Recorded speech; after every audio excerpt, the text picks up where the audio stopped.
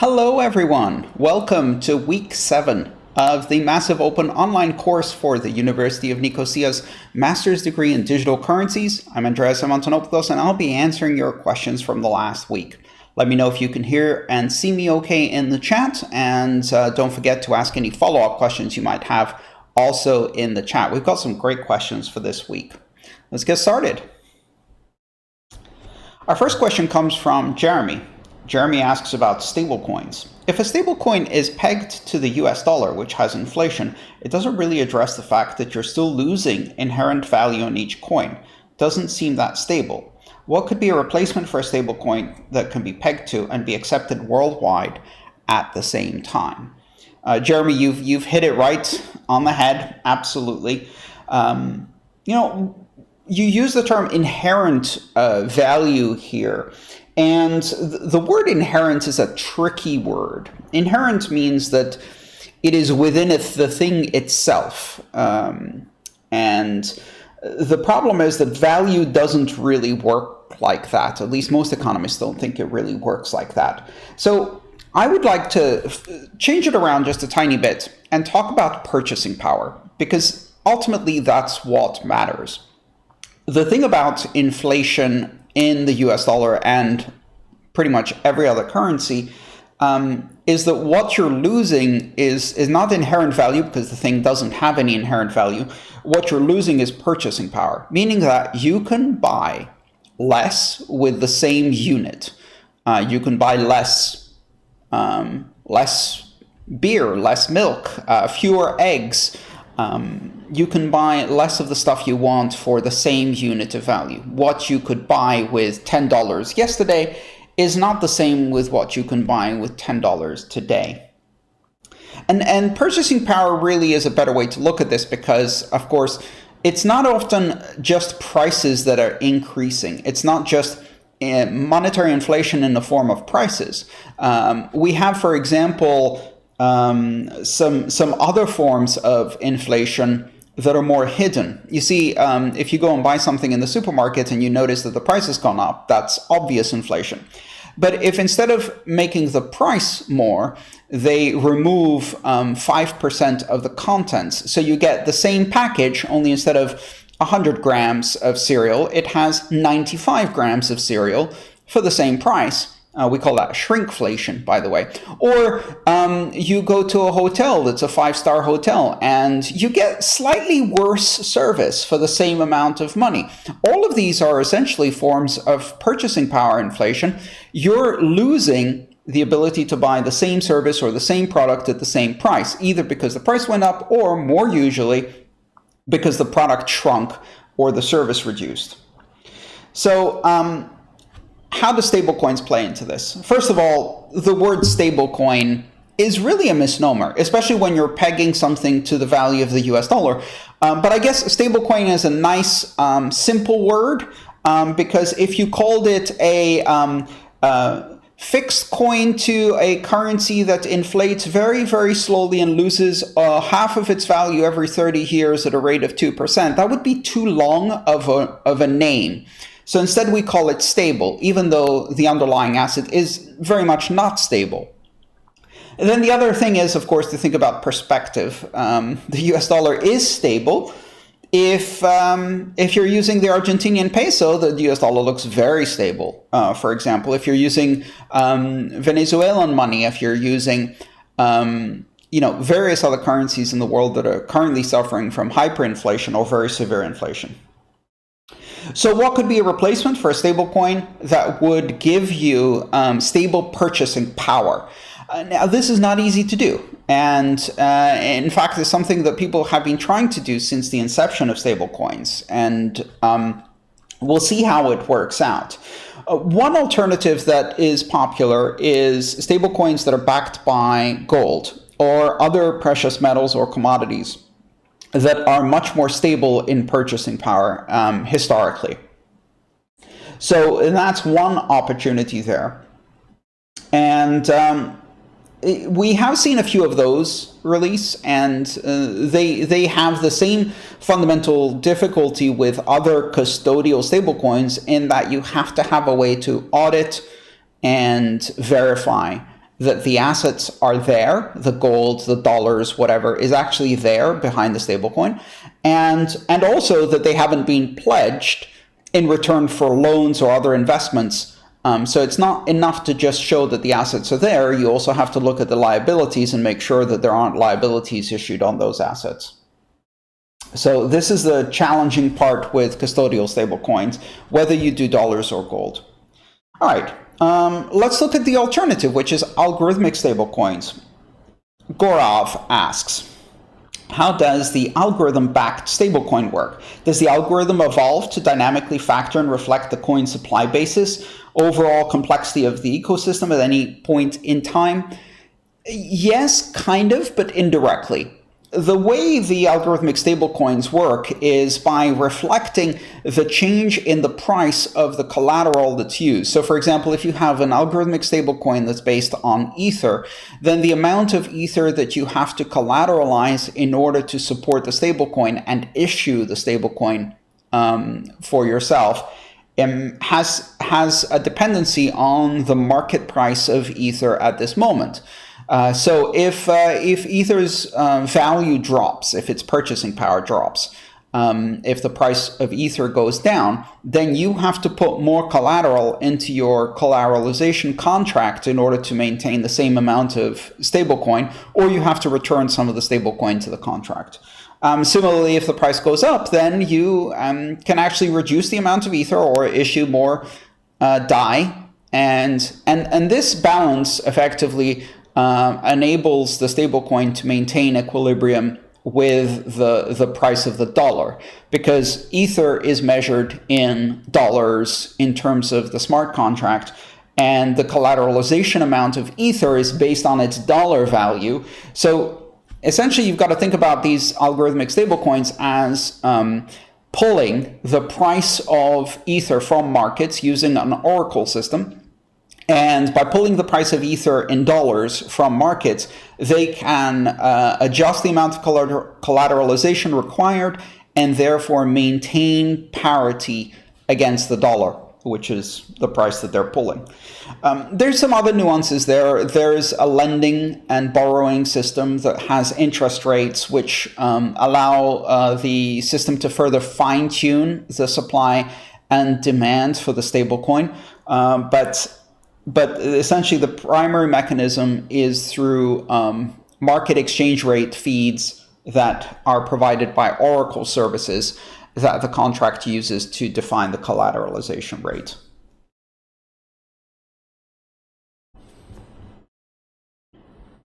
All right, let me just quickly check into the chat and see how things are going, if we've got any additional questions.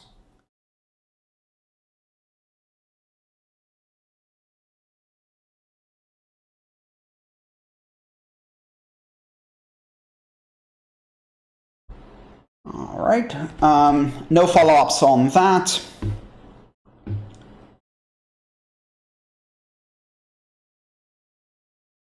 Eve has a number of questions about decentralized non-custodial stablecoins. I think I've already answered some of them.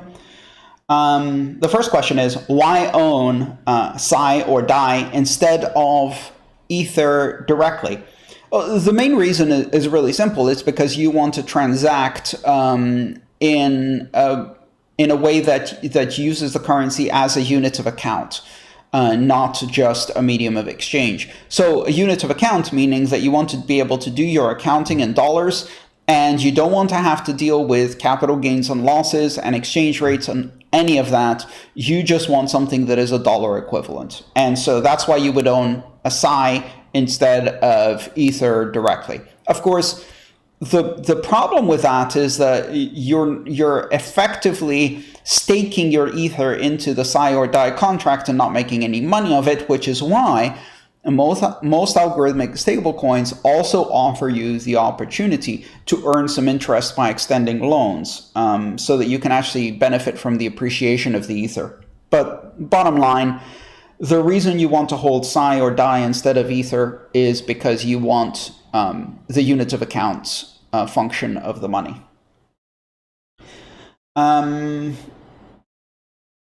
What kind of procedure decides the collateralization ratio in case of smart contracts issuing DAI against your ETH collateral? Already answered that. That's the market exchange rate through an oracle. Next question from Eve. Is it up to the investor to decide which cryptocurrencies will back up the DAI in every transaction?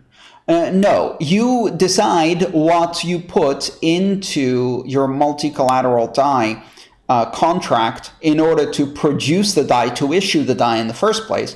Once you've issued the DAI, you use the DAI just like any other ERC20 token. You use it like a token, like its own currency. You put collateral into your contract, whatever collateral, Ether, BAT, whatever else you put in, and then you draw DAI out of that contract up to the collateralization limit, and then you use that DAI. You basically have a wallet that has DAI in it, and that DAI was issued by your collateralized contract, your CDP, and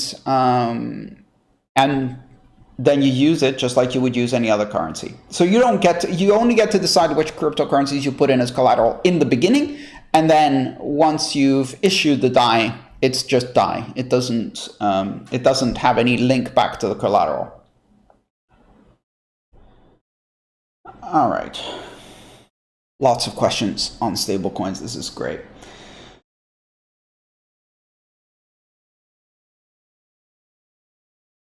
Henny asks about stablecoins and DAI, custodial stablecoins versus decentralized stablecoins. Since the risk is found in both, don't you think that at least the custodian can be sued since they have assets? And since the DAI and ETH is volatile in addition to software bugs that may occur, what is the best strategy here?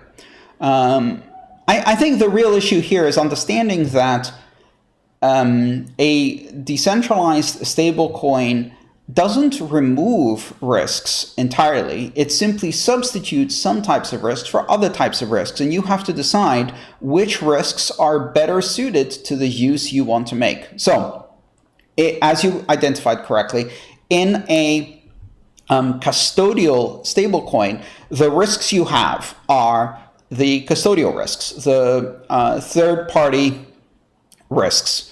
So you have all of these risks that have to do with whether that third party is actually holding the assets that collateralize the stablecoin, whether those assets haven't been pledged to issue loans, for example, because, if you have a whole bunch of dollars in a bank account or gold or whatever else, you can easily go to the bank and say, I want a loan against these dollars, even though those dollars are supposed to be collateralizing your stablecoin, and a bank will give you a loan. So at that point, you don't really have the dollars anymore because those dollars are collateral not just for the stablecoin, they're also collateral for some other loan you've achieved.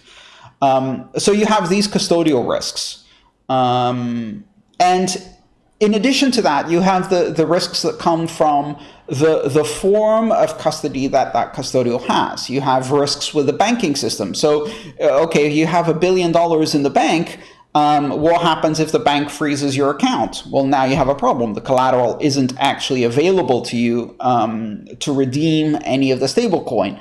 So you've basically had it yanked from under you. So if it's freezed or seized or confiscated by the local government, or the bank itself that's holding these assets goes bankrupt and loses the money because, they don't just have these dollars sitting in a vault somewhere holding onto them for you. These are part of the banking system, and what if the bank goes bankrupt? So all of these risks arise in custodial. Now, if you go to an algorithmic stablecoin, these risks don't disappear, they just change nature. So with an algorithmic stablecoin, you don't have the problem of the custodial not having the collateral, because the collateral is on the blockchain, it's auditable, you can see it's there, you can't issue the stablecoin without putting the collateral into the smart contract. So that removes the third-party risk, the counterparty risk that is involved in a custodial stablecoin. But instead, you get other risks. You get software risks. You get the risks of the the collateralization smart contract. What if there's a bug in that? You get the risks of the governance mechanism that the stablecoin uses. What if there's a bug in that? You get the risks of the Oracle system. What if there's a bug in that? You get a risk of any kind of secondary markets that are built around it, like debt liquidation auctions. Again, what if there are bugs in that? And all of the small dependencies between them. And we've seen this in practice. We've seen, for example, during a flash crash in March of 2020, when the ETH price collapsed and at the same time gas prices got huge, people found not only that they were under collateralized, but they did not have the ability to recollateralize their contract because they couldn't make transactions because the gas prices were too high.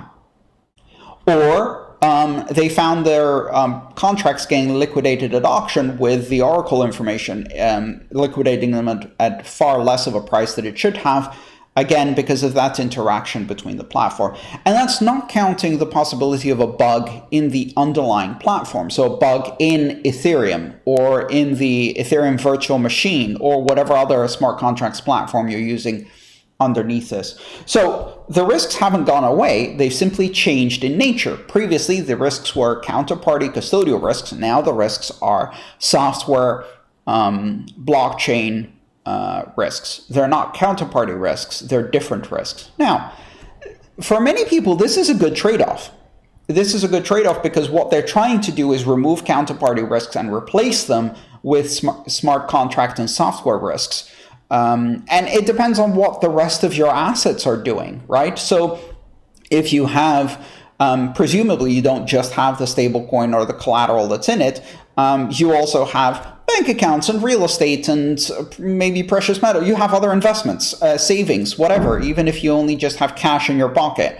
And each one of those investments has different risk profiles. So one of the things you're trying to do is diversify the profile of risk that you have across your entire portfolio. So if all of the other assets you have are bank accounts, checking accounts, saving accounts, money market accounts, stock market, et cetera, and they're all denominated, say, in dollars or euros, then you have a heavy dose of counterparty risk. Well, if you use a algorithmically developed stablecoin or decentralized stablecoin, what you can do is you can take some of that risk that was counterparty risk and shift it into software risk. So now some of your assets have counterparty risk, some of your assets have software risks, and what you're hoping is that not all of those risks will become active or actualize at the same time. So you're diversifying risk. And that's the general idea with these algorithmic stablecoins. They're an attempt to find ways to change the nature of risk, and hopefully then through other things like audits and software maturity and development, minimize the software risks that come with these algorithmic stablecoins. I hope that answers the question. Let's see what's happening in the chat. If you have any follow-up questions.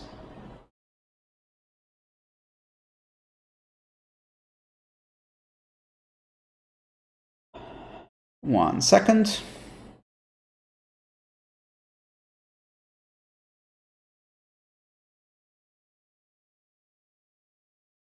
So Ayuth has a follow-up question. What would happen if the Oracle produces wrong input, for example, wrong price, and the collateral goes to zero and the contract used to calculate it? How could we prevent a situation like that? That's a great question, and it's an even better question because this actually happens.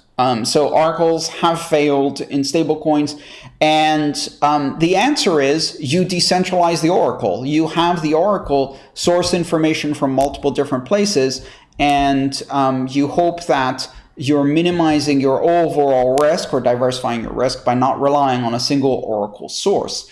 And of course, that is a risk. That is one of the risks you have.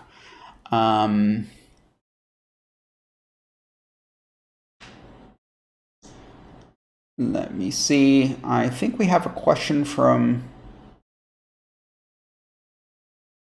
Let's see if we have any other follow-up questions on this topic.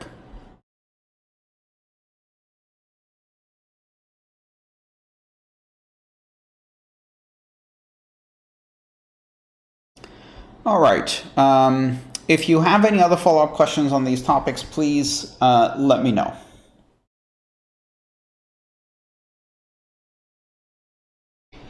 Javier asks, how come Tether has such an extended use given the controversy around the disclosure of the way they back the stablecoin and lack of transparency? I understand the risk at the time of redemption may be limited, but isn't it instead inherent systemic liquidity risk a threat to the crypto market overall? And if so, how come the incentive is not large enough to act as a trigger for an alternative clean slate stablecoin to be created?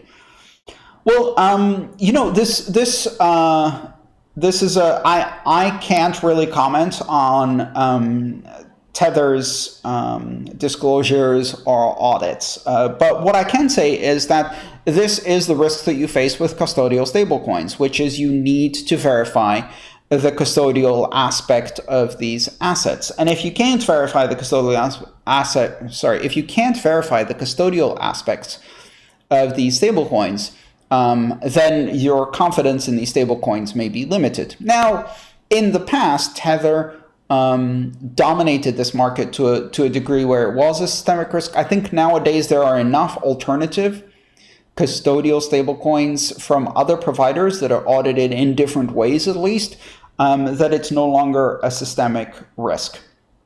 But the reason that there isn't enough market appetite to simply go to a clean slate alternative or to use an algorithmic stablecoin, et cetera, is because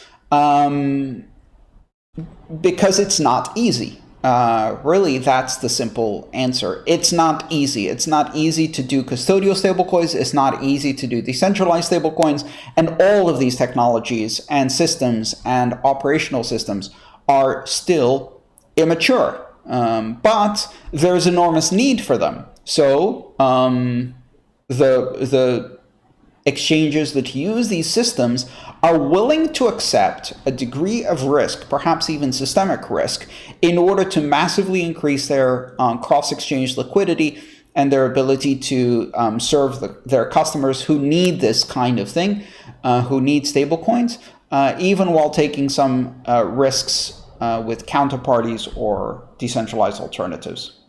As they get better, I think we'll see that risk reduce.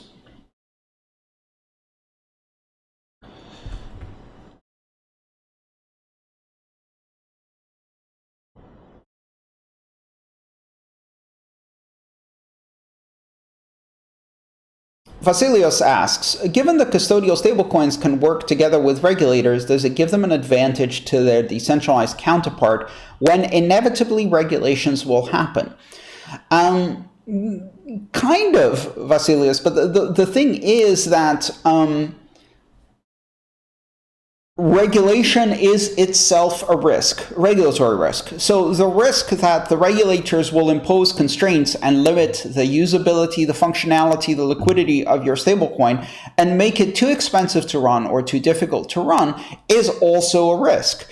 And in that respect, decentralized stablecoins have an advantage. They have an advantage that regulations will come, sure. They'll come to exchanges, they'll come to banks, they'll come to third-party custodians. But the thing about decentralized stablecoins and their use by just regular people is that it's very, very difficult to regulate the activities of individuals who are not part of the financial industry.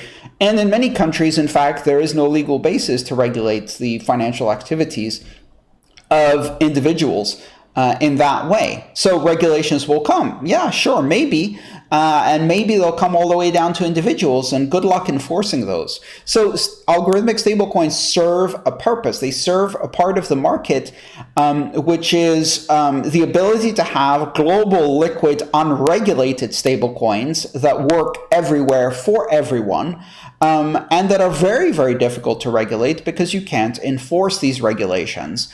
And so as a result, they do serve a different purpose. They effectively allow you to diversify against regulatory risk.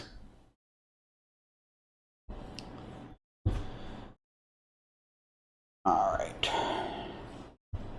Hakan asks, Are there any examples of real estate tokenization that you're aware of? In the UK, for example, shared ownership schemes have been around for a long time. However, because of its cumbersome buying and selling process and ongoing risks, shared ownership has not been popular as a good investment tool. Do you see that real estate tokenization can become possible as a real estate investment tool in the near future? I think it's absolutely inevitable that real estate tokenization will be part of the picture. It will be one of the ways that people invest in real estate will be through tokenized real estate. The question is when and to what extent. So if it's simply a yes or no question, the answer is yes. Yes, real estate will be tokenized. How much of real estate will be tokenized? I don't know. What extent will be tokenized? I don't know. When will all of this happen? I don't know.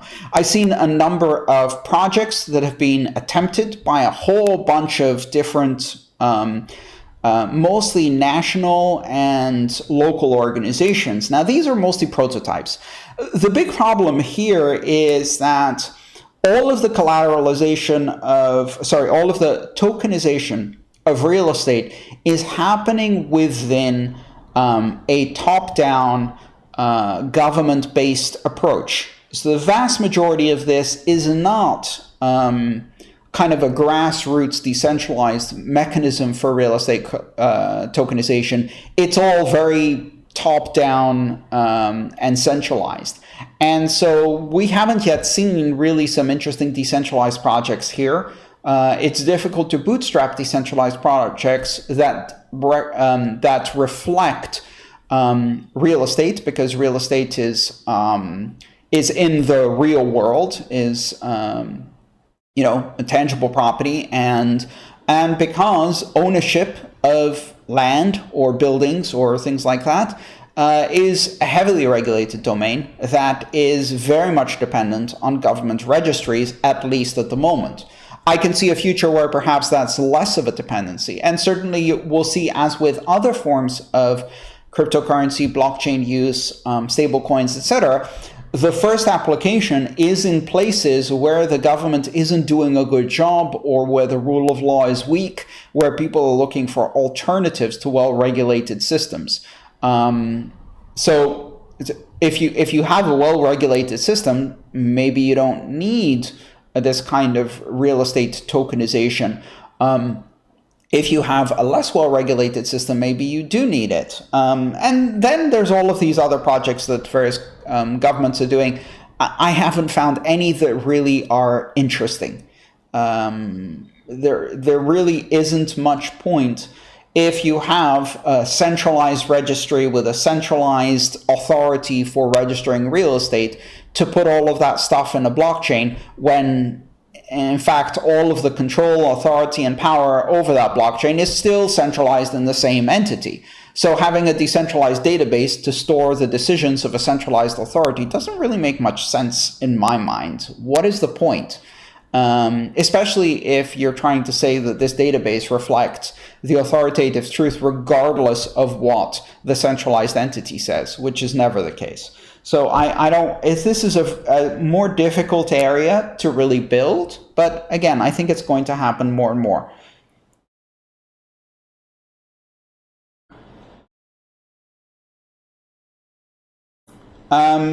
Tracy asks, when, if ever, do you think price fluctuations in altcoins will become independent of price fluctuations in Bitcoin?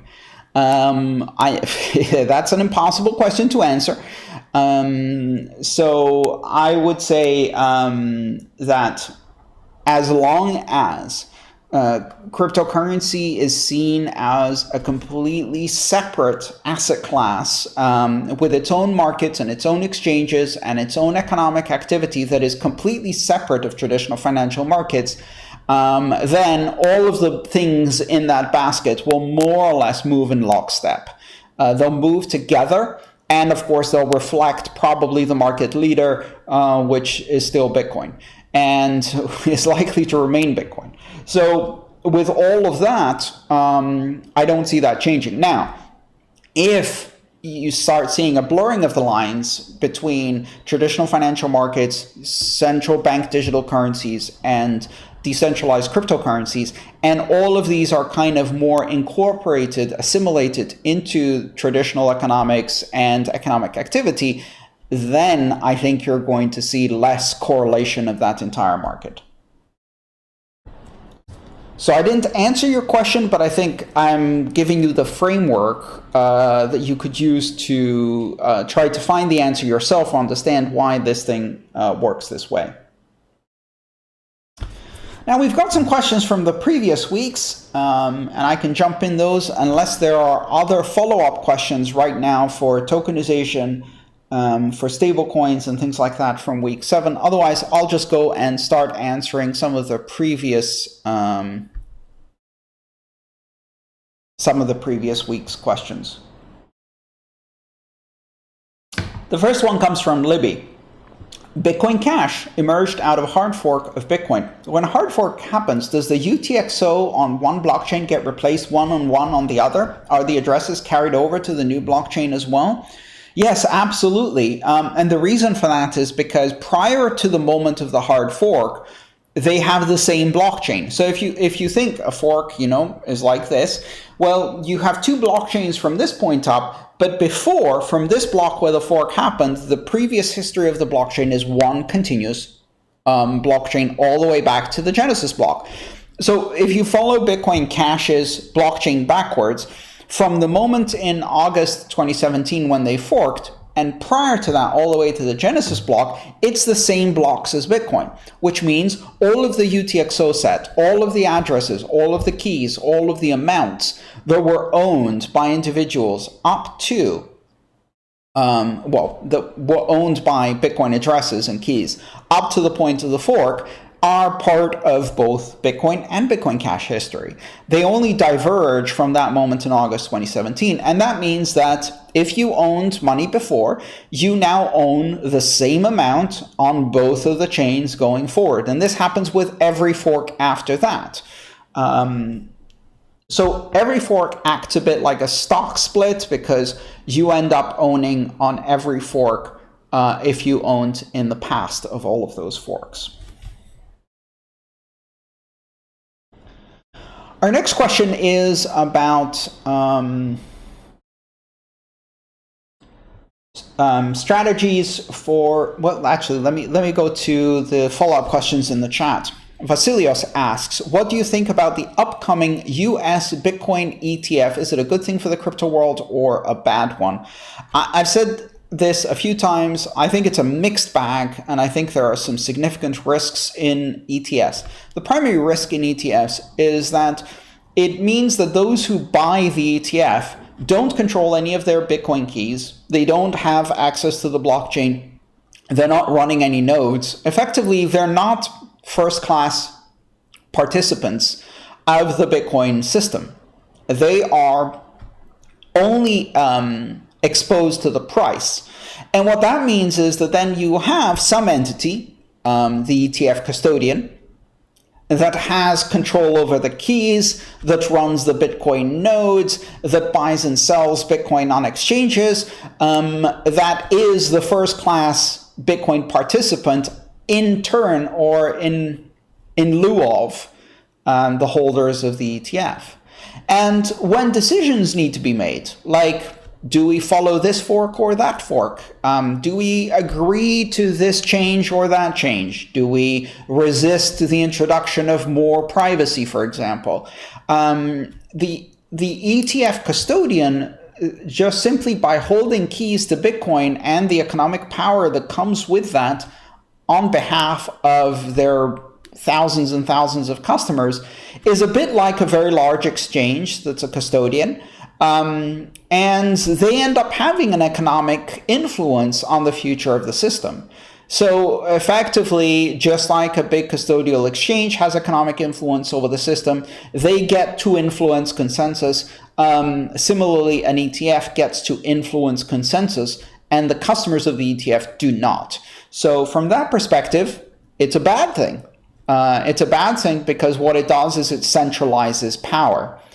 it centralizes governance of the system in the hands of the ETF. However, at the same time, it also allows a lot of people who do not have the technical skills, the risk appetite, or the opportunity to buy and hold Bitcoin with their own keys. It gives them an opportunity to at least get some price exposure and diversify their assets from the dollar. So for them, it's better than staying in dollars, I guess.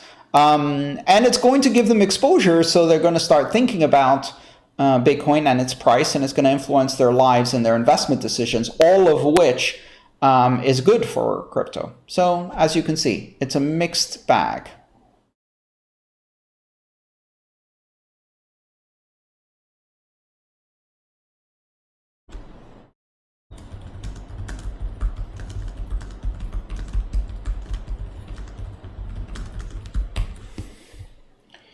All right, let's see what else we have here.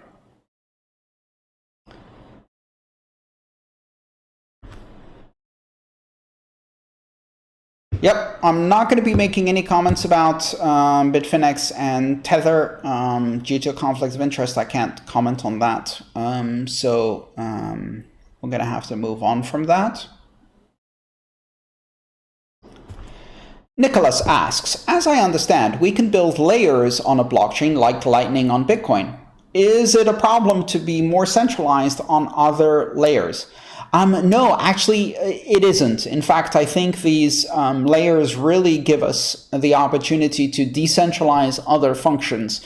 So Lightning isn't more centralized than Bitcoin. In fact, in many ways, it's more decentralized and more private.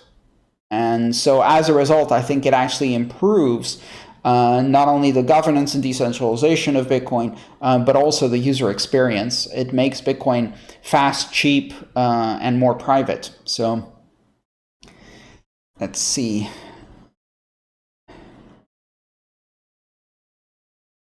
Another question. How did or how does Mastercoin and Omni work? And what are the limits, and is Omni still a topic?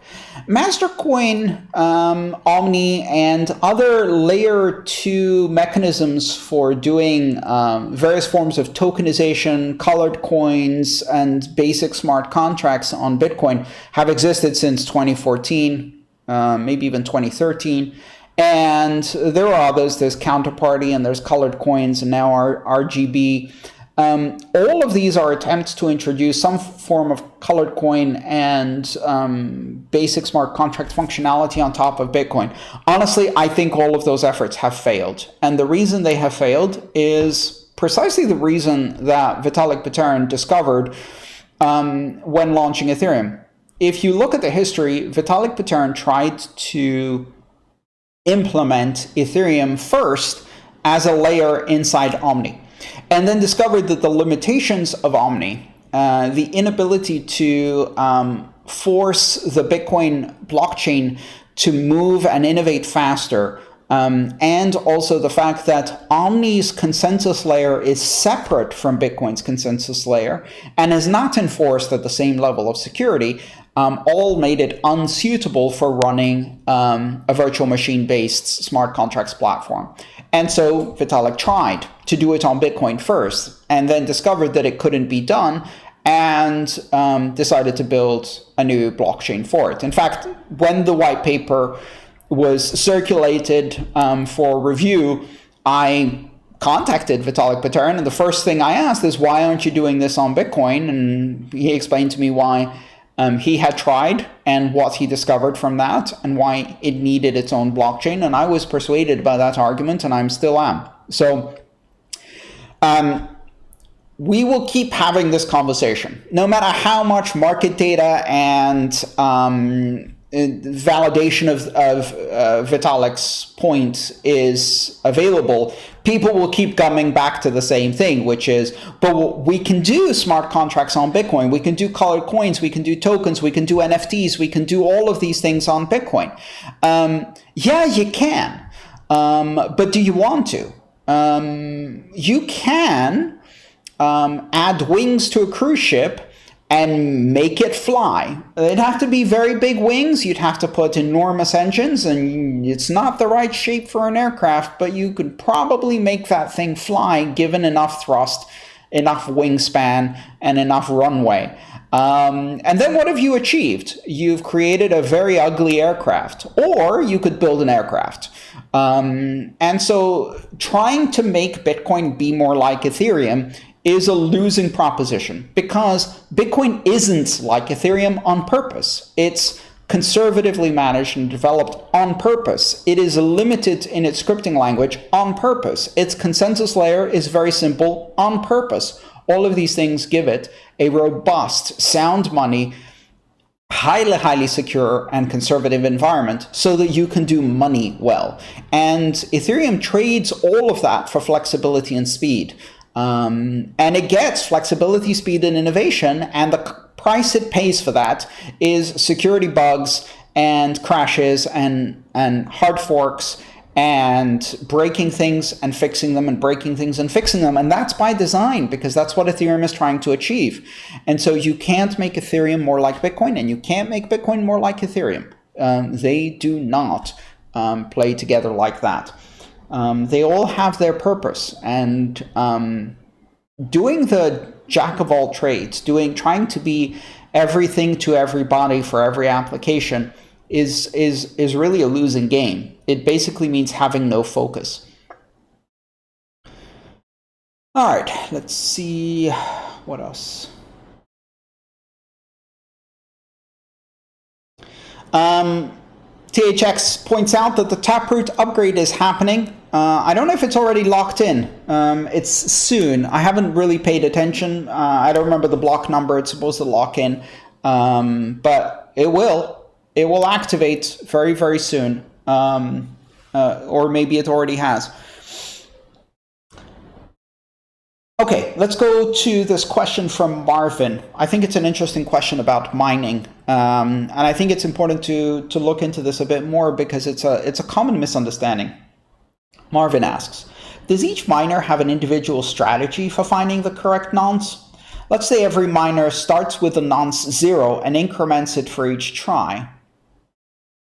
In that case, the miner with the most computational power must always solve the puzzle, because they're the fastest regarding the hash rate, and therefore will find the correct nonce that is representing the target first. Do they have a specific pattern? Maybe they start with the highest nonce and go downwards, or start with odd numbers or even numbers, or some other strategy to find the nonce faster. All right, so in order to really understand this, we have to clarify one very, very important point.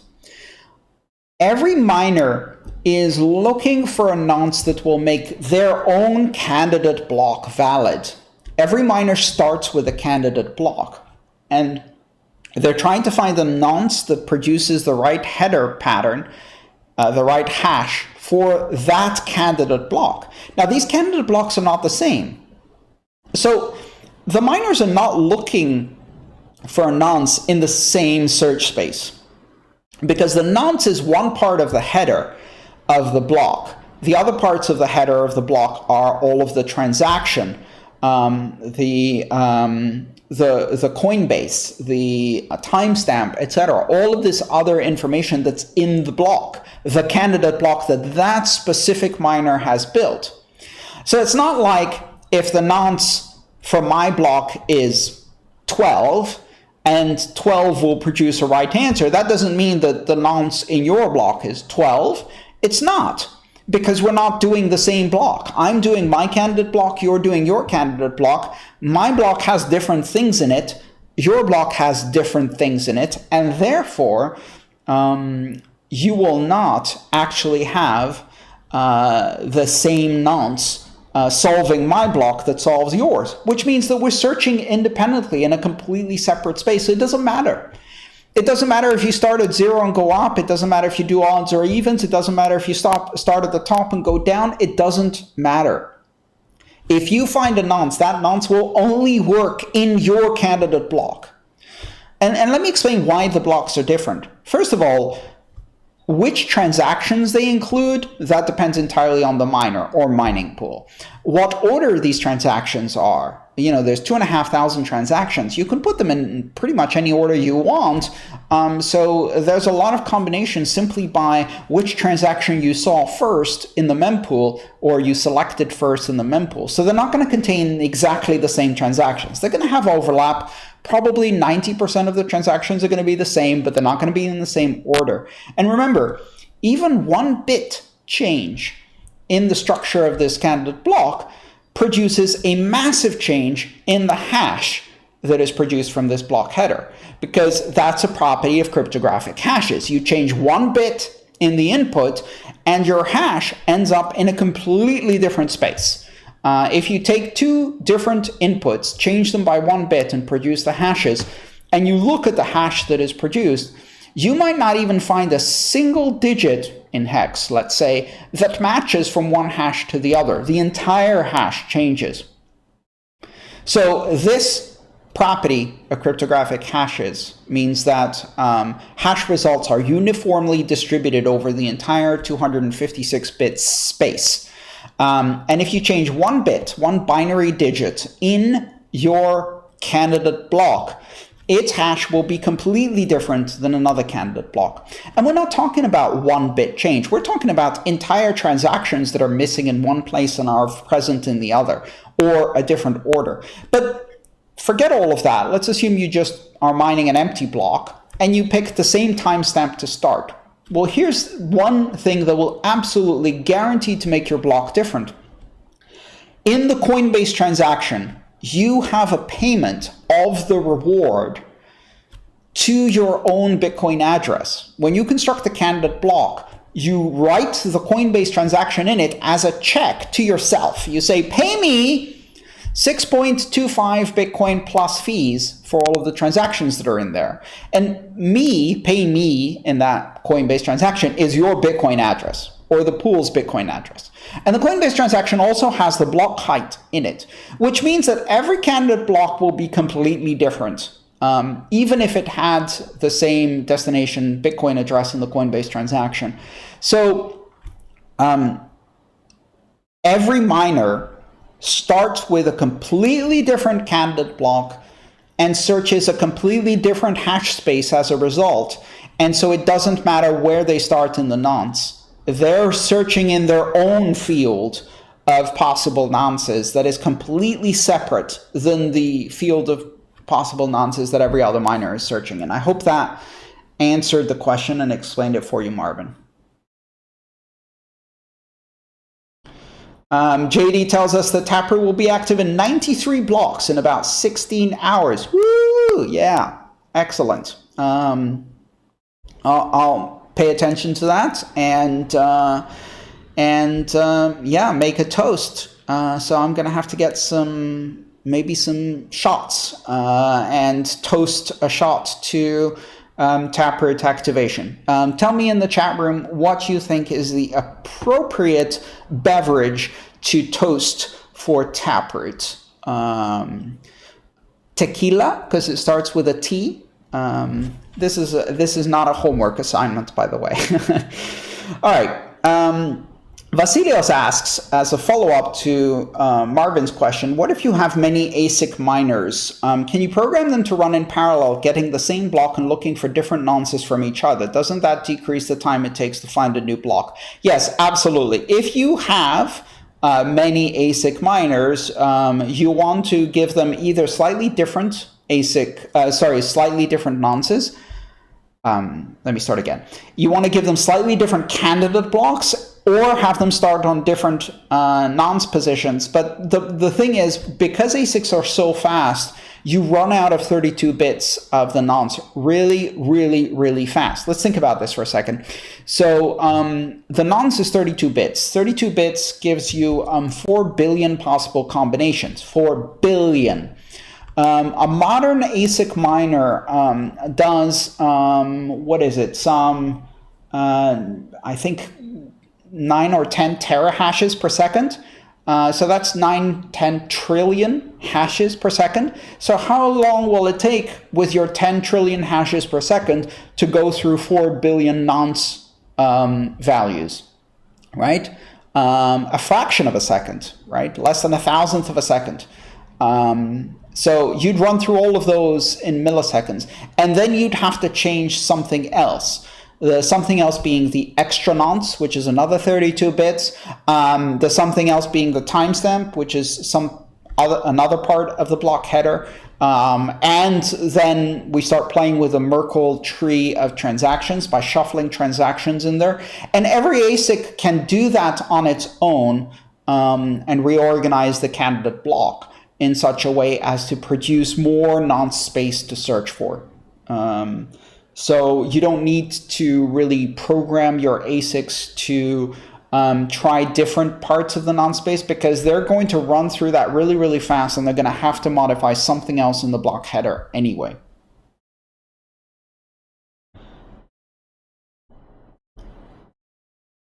And you can start each of the miners with a random permutation of the transactions, or random permutation of the nonce to start with, and they will not be searching the same space. So you don't need to worry really about that. Okay, let's see.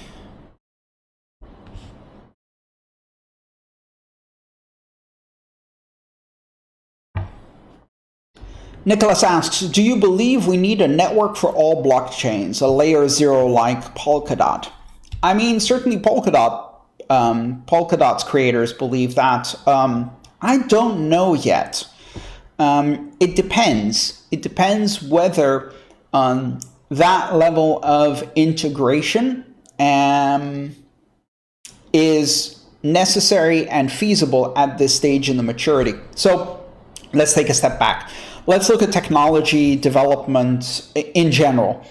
Technology spaces, whether that's automotive or aerospace or computer software or computer hardware, etc., go through phases. And these phases start with kind of very, very rapid experimentation. And this rapid experimentation leads to fragmentation. So you have someone building something, and someone comes along and says, well, I see that you made choice A here, but I think we should make choice B. So I'm going to start another project where I do choice B. And so on and so forth. And before you know it, you have 1,000 projects trying all possible variations of A, B, C, D. Any trade-off, any choice that might be made, you make it differently to do something slightly different and try to see if your answer is correct. Now, what this does is it causes fragmentation, so you end up with too many projects and too many different ways of interacting with the space, which isn't very good for users. And so what will happen next is a process of standardization. Developing common standards for interoperability so that you can make the user experience better. So that, okay, we've tried on, doing transportation of different size containers in ships, and this is really wasteful. So let's have one size or two sizes of containers, and then we can fit any container in any ship, on any train, etc. And we standardize on an ISO container. So you have standardization. Same thing happens in software, right? Before HTTP, we had dozens of protocols for finding resources on the internet that was specialized for each type of application. HTTP was a common standard to do all kinds of different resources. And so we see the same thing with blockchain systems. The problem is, as soon as you finish a round of standardization, the needs of the users change, the industry matures, you start optimizing on different trade-offs, and fragmentation starts all over again. So then you end up with 2 standards and 3 standards, and before you know it, you need a standard for all standards. And so this is, of course, the issue with making layer 0 blockchains, which is the question isn't whether you will need or not a common standard for simplifying the process of developing new blockchains. We certainly will need a standard. The question is, when is the right time to do that? And can that standard encompass as much of the future innovation as possible, so as to be able to absorb that innovation within the standard rather than lead to that innovation breaking out and fragmenting again into other standards. Because before you know it, you make a layer 0, let's say like Polkadot, and you say, we can do all of the innovation within the standard, and someone comes along and says, well, yes, but I see that in Polkadot you made choice A, so I'm going to make choice B. And now you've got 2 layer 0s that are competing on a different trade-off. And that would be an example of either not being able to encompass the innovation inside the same framework, or people are differentiating just for the sake of differentiating because they want to create a new market and be first. So it's very, very difficult to pick the timing of when an industry should shift from fragmentation to standardization and interoperability, and then back to rapid innovation. And it happens in layers and it happens in waves. And I don't know if it's the right time for that. But it's certainly going to happen in both directions. Timur asks, how come a proof of stake system comes to a decision that a transaction is 100% legit? Timur, it's the same process as proof of work. The proof of stake and proof of work simply changes what is at risk on this decision. But how you make the decision is the same process. There are a series of consensus rules that are encoded in software. And these rules are things like how many transactions are allowed in a block? How much is the total amount of money that's circulating? What is the maximum size of a transaction? How many commands can there be in the scripting language? What is the maximum length of a signature? Is this a valid signature? Is it a not valid signature? When Alice is making a transaction paying Bob, does Alice have the money? Yes, no. Is Bob's address correct? Is the money that Alice is sending to Bob less than or equal to the money Alice has? Otherwise, Alice is creating money out of nothing. All of these rules, little checks. And you can think of these as a series of if statements in the code, usually in a function called validate transaction. And then that function is called for every transaction in a block together with validate block to make sure that the block is correct. So these are the consensus rules. And so if you go through a function that's validate transaction and it checks 25 different things in a transaction to make sure that every part of the transaction follows the rules of consensus. And then you check all of the transactions in a block, and then you check all of the other fields of a block, like the reward and the subsidy and blah, blah, blah, blah, blah. Proof of stake doesn't change any of this. It just changes how you handle the reward and punishment of checking those rules correctly. So you more or less have the same rules. You have some different rules when it comes to how the stake is calculated and whether you're following the rules of the proof of stake system. But the rules of whether a transaction is valid or whether a block is valid or whether a signature is valid, they're pretty much the same whether you're using proof of work or proof of stake. So for example, if you move Ethereum from proof of work to proof of stake, you don't change how you validate a smart contract or how you validate an Ethereum transaction. You're still running the transaction, seeing if enough gas is available, running through the commands in the Ethereum virtual machine, counting off how much gas is being used for each command, seeing if it calls a contract, if that contract calls another contract, etc., until you get the final result. And then if you manage to get a final result and that result is not an error and you didn't run out of gas, then that transaction is valid. Whether you're doing that with proof of work, where what you've committed is electricity in the form of hashing, or you're doing it under proof of stake, where what you've committed is ether against the staking mechanism, you're still validating the transaction using the exact same function.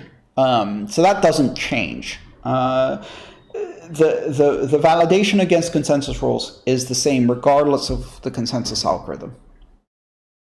I hope that explains it a bit. And that's actually a pretty good point to stop for today. Very good. This is my last week in this semester. Next week, Antonis Polamitis will be continuing with week 8 So I hope you enjoy that. Remember to ask questions in the discussion groups and forums, participate in the conversations, study the material for next week, and prepare your questions for Polemitis, who will be answering them.